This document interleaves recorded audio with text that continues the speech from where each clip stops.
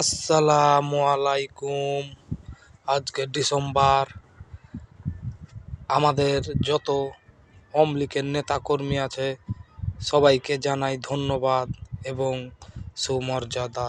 তারা অনেক আগ্রহ করে আমাদের দেশটায় রহমত করে এবং সবাই শান্ত মিরাজে আছে। দেখুন আমাদের আওয়ামী লীগের লোক কত শান্ত। আমরা কোনো হানাহানি চাই না, খুনাখুনি চাই না। আমাদের আওয়ামী লীগের লোক আসবে, আজকে না হোক কালকে আসবে। আপনাদের দোয়ায় প্রচুর পরিমাণে আমাদের আওয়ামী লীগের লোক আসবে। বঙ্গবন্ধু শেখ মুজিবুর রহমানের দেশ। আজকে দেখেন বিভিন্ন জায়গায় পাড়া মহল্লায় আওয়ামী লীগের সব খবর। কেননা আওয়ামী লীগের ভাষণ শেখ মুজিবুর রহমান, তাকে তো মুছতে পারে না।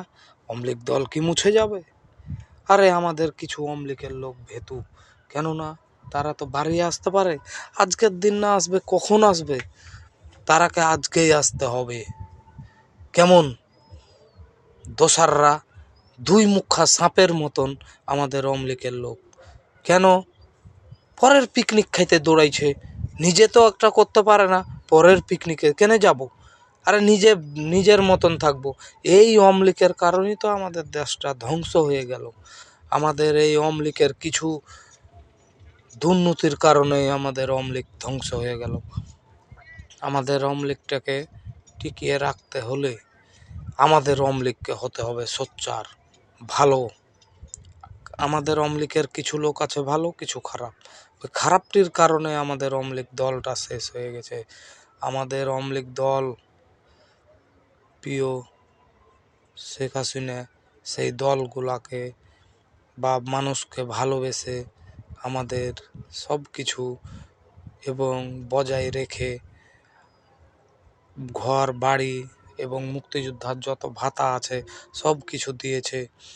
মুক্তিযোদ্ধা তো একটা নেমে আসলো না এবং যে বাড়ি করে দেহে এই গরিব মানুষগুলাও আলো না।